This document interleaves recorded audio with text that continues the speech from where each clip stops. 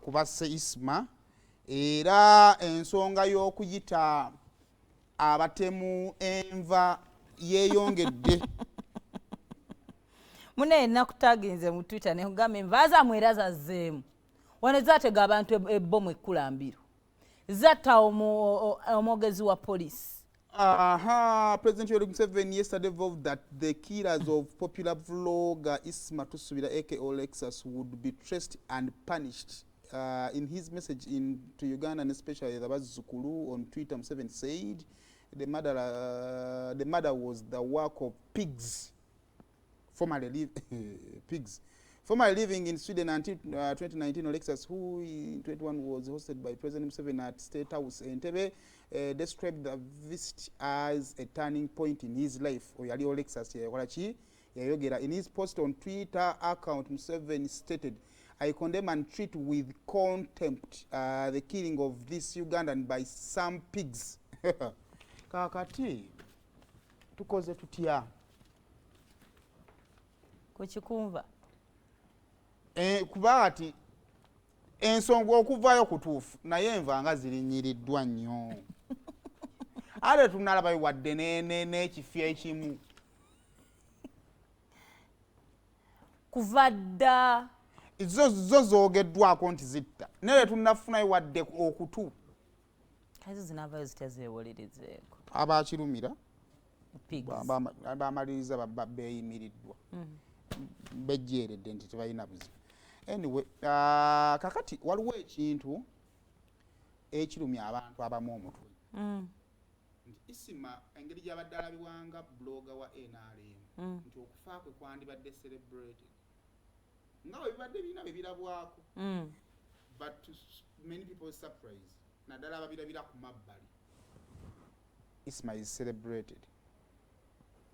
Actually public eri mu kulwana nnyo okulaba nga Isma erinnya lyate libeera kirini nnyo era yasembe kifunako yono Martha.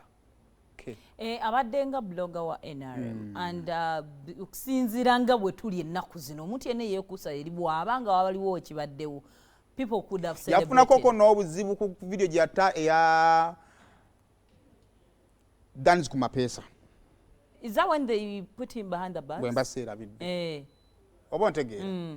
So, Martha K, yavuddeyo Judith Adi yavuddeyo n'ayambalira Martha K. Actually, kyasooka ku gundi, we don't know, we can't say, but abantu abamu bakipininga nti baali bakabika Isma we bati tafubi n'ateekayo ka post, you report you so. Naye basooka bamuyisamu bamwambalira. Martha K n'ajja n'ayagala okuwa opinion ye, Judith Adi n'amwambalira. Naye nze gundi yange wa mirundi ebiri.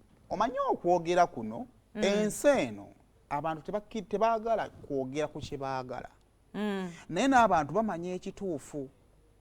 Nzikiriza nti mu 10 Isma byabadde ayogera biyinza okuba 6 bibadde bituufu era abantu mu mitima babiwulira bituufu naye nga tebandyagadde bikole ki byogerweko ng'omuntu yenna teyandyagadde muntu waakole ki ayogerweko gwakola ki gwayagala. Ekyokubiri nze ndowooza lwaki Isma afunye treat efaanaganako bweti Isma byonna byabadde ng'akola abali tabikola with emotions. Waliwo abantu g'olabanga alina obukyayi ku mutima. Waliwo ebintu by'otunuulira, waliwo omuntu ayogera n'otunuulira video n'oweebuuza obusungu abujjawa ng'alina obukyayi ku mutima nga n'awali ekirungi ng'omulaba afuba okulaba ng'akisiiga ettosi kyokka kati ate ono olumu waliwo abadde akkiriziganya ne public ku kyekkiriziganya nakyo era n'avayo n'akicelebratinga n'akuba banne. Kakati nze ndowooza ekyo kye kireetedde public okubeera nga also bw'otunuulira gwe kennyini waŋŋamba I've ever met Isma, I've ever met him. Ne kasuku namuwulidde ng'ayogera kino eki nyinza okuba nze mbadde simu meeting mirundi mingi Isma abadde akola ebibye ku ssimu but he had a life out buli omu gy'alaba nti ebadde nti akwatagana na buli omu ng'akolaga despite the fact that nti saimu nga ebintu etugamba n'abantu ku politics tuyinza okuba tusula mu nnyumba y'emu owagira pata endala mpagira pata endala naye nga bwe tudda mu nnyumba husband and wife nga n'emirimu gitambula bulungi egy'amaka. So that was Isma nga badda ku ssimu ye tuyinza obutakkirizigana na biki byayogera naye nga bwakusanga wabbali eyo tafunya kikonde muntu abadde ne simple life ye mulya ku luseniya lwe lumu abadde asamba omupiira n'abayimbi you know all those kinds of people, so he had a life of his own. ekyokubiri omuntu katonda wafuna omukisa n'enkunyiiza nga ndi mulamu no failing okuvaayo okunchallenging kyabunafu okuvaayo nga nfudde to challenge me. Yeah, that's for a fact.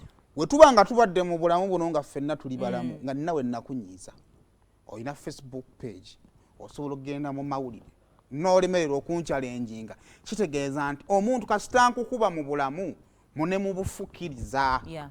Kati mwenna Isima be yakuba ne mutasobola kuvaayo mu challenginga mu ndowooza yange let him be kubanga mwalina omukisa ogumukola ki kuba kati nebye mugamba tebigasa.